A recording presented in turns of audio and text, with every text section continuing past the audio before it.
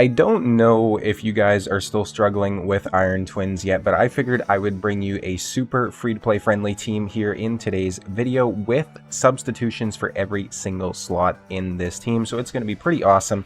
First of all, what do you guys think of the new Bastion look here? I'm going to be honest, not a huge fan.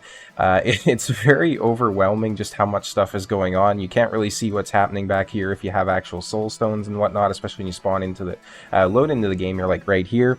Armand's fusion is coming up. I'm definitely stockpiling some of my resources. I'm curious if you guys are confident that you'll be able to get it, or how difficult you think this will be. Let's go ahead and take a look though. So why do we want to farm Iron Twins? We want these essences right here. The soul coins allow you to buy these small shards. I forgot what they're called exactly, but they're the small ones here from the shop, so you can buy the mortal soul stones.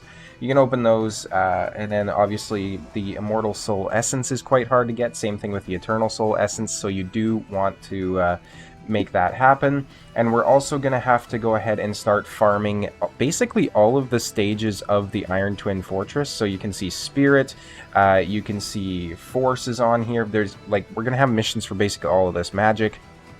So this particular team I'm going to show you here today, and I'll start to run down below right now so you can see it pop up in the video. This particular team is going to be affinity friendly. It's going to be able to beat all affinities. I currently use this team to farm stage 14. It's not 100% on stage 15. Depending on the affinity, it can be anywhere from about, I would say, 50 to 80% on stage 15, but all affinities, it is 100% on stage 14. So if you're struggling to progress or whatnot, take a look at this team. We're going to go here. The 5 champions we're using are these 5 right here. So we got Mithrala, Pythion, Syl, of course, Godseeker, and then Geomancer as well. Let's go ahead and take a look at their gear. These are the overall stats on Mithrala. The important stuff here is 80,000 HP, 3,800 defense, 247 speed. This isn't a speed-tuned team, so you don't have to worry too much about hitting this. It should still work if you're anywhere within, I would say, like 10 above or 10 below. She has a decent amount of resistance. She's probably rocking about 700 in total because these two combine, and I can't do math. It's been a long day. Pythion, he has 92,000 HP, 4,900 defense, very, very high on the defense. I need to put some more into HP instead, I think. 281 speed and 229 on the resistance, nothing too crazy there. We got 81,000 HP, 3,400 defense, 236 speed, and 269 resistance on Syl, as well as 332 accuracy. She can actually place a decreased speed on her A1, which is useful for the boss as well. We have Godseeker, who is actually built out for my Sand Devils location. So she has 85,000 HP, 4,200 defense, 208 speed. That one is speed tuned because I need her in Sand Devils, so that can't be changed on my account. And 298 on the resistance. And then lastly, we have Geomancer, who's coming in here with 42,000 HP, 2,800 defense, 246 speed, 307 resistance, and 480 accuracy. Nothing too crazy there either. Now, I know what you might be thinking. Perhaps you don't have Mithrala yet. Perhaps you don't have Pythion because he was the fusion and you weren't around then. You will definitely have Syl, and there's a good chance that you'll get these 2 champions. But if you don't, let's go over some substitutions for each particular position. So, I'm going to go back here actually. For Geomancer, you can bring essentially any damage dealer. It is not specific. It does not have to be Geomancer. It's just his damage mitigation and then reflect damage makes this definitely the fastest and the most consistent. You could easily bring a ninja, you could easily bring a tomb lord, you could easily bring, you know, Taurus, you could bring a Harima, basically just any damage dealer that can, you know, help out in that department. You don't have to bring Godseeker. Godseeker is pretty much just there for the revive sometimes when Geo goes down, as well as some of the other revivers if they go down. You could easily bring a White Queen Ancora if you completed that fusion, or basically any other fusion reviver champion that we have. So you could get away with somebody even like an Ursala the Mourner. If you don't have Mithrala, you would probably want to bring somebody that's cleansing, so you could easily just use one of these 2 if you wanted. The Hex doesn't do a whole lot, but she does bring poisons on the A1, which helps your team to survive, or not to survive, sorry, but helps to do damage to the boss, which also does help you survive, because the quicker you get them down below 50, the less damage that you're going to take overall.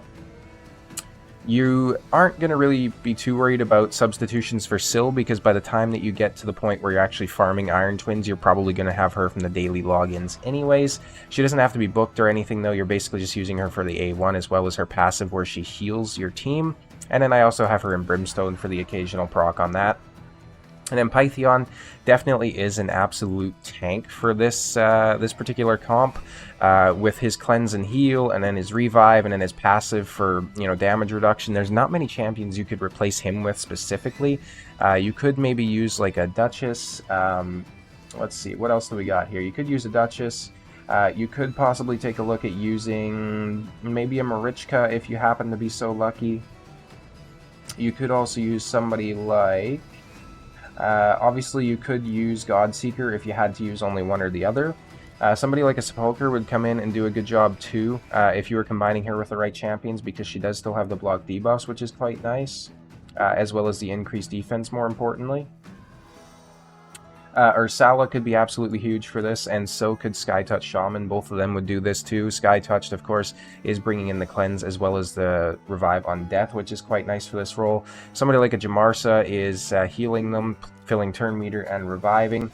And even if you want to get really basic with it, just bring in Uko. She can still do work with the decreased defense and all that sort of good stuff. So I hope that was helpful. I'm going to go here real quick and just take a look. I need to buy this anyways, so I'm going to do that. I'm going to take a look at the boss and why we're using the certain champions that we are. So there is a passive down here with this one right here, I believe. Yes, so attacks all enemies, places or extends Iron Brand debuffs on all enemies, the duration of each Iron Brand, blah, blah, blah, blah, blah, blah, blah. Whole lot of reading there that you can go through. The important part is this right here. Every time the skill is used, the Iron Twins attack will be increased by 2.5% plus an additional 1% for every enemy whose affinity does not match the Iron Twins. They do not use this skill when their HP is below 40%. And then same thing down here. This is increasing their attack and defense. They only use that skill when their HP is below 40. And then there is one more up here, I believe, which is increasing the defense, but they don't use it. So basically, you want to try and burst the Iron Twins down to below 40% HP so that they stop using these skills, because this particular skill is a little bit more manageable. And then you do have to be somewhat careful about this here too, where they drop below 85, 70, 55, and 40. It's going to remove them, so basically just a cleanse. Nothing too crazy, but again, this team works on all affinities. I have beat stage 15 on all affinities with this team. It is 100% on all affinities, stage 14, fully auto. I'll show you the setup here too. So I don't even have Mithrala using her Hex skill. You know, you could, because it's going to place an increased defense and an increased attack on everybody. I don't have an increased defense in this team apart from her, so you definitely could get some more survivability if you were struggling with that. But I really just want the poisons from the A1 from her. Pythion, he's pretty smart, he'll do his own thing. We got Godseeker basically opening with the A1 here, just so that she can come around on the second turn and do the extension, which is when all the buffs will be up. Geomancer basically has his A2 turned off, so he's just proccing more turns on the A3, if at all possible. And then Syl has her A2 turned off. I just want her to try and get as much decreased speed. Last thing I got to show you guys as well, I suppose, here is going to be the masteries. I'm sure some people will be curious about that. These are going to be the masteries on Mithrala.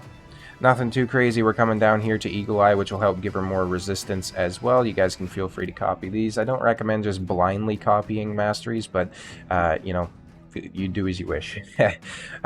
We are coming down here to Timely Intervention, of course, on Pythion, since he is in an arena build. We actually have War Master for Syl. Syl used to be in my clan boss team way back in the day, and I actually never just changed her masteries, although I would still recommend running her in that. Honestly, she does hit pretty hard. We have a lot of HP increasing masteries here on Godseeker. Again, these are just because I'm using her in Sand Devils, and she's basically soloing most of it, so she definitely has to survive. And then Geomancer isn't even fully mastered out, and that's what we got going on. So he comes down to War Master. I would probably recommend taking... not that one. That one would be useless.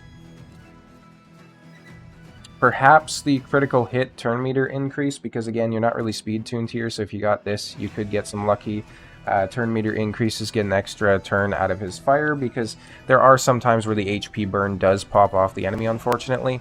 I hope this helped you guys. Let me know down in the comments if you're still struggling with Iron Twins or if you're passing it here at this point. It'd be awesome to hear kind of where everybody's at in the game. I'm also curious where exactly you guys are sitting in Sand Devils and Phantom.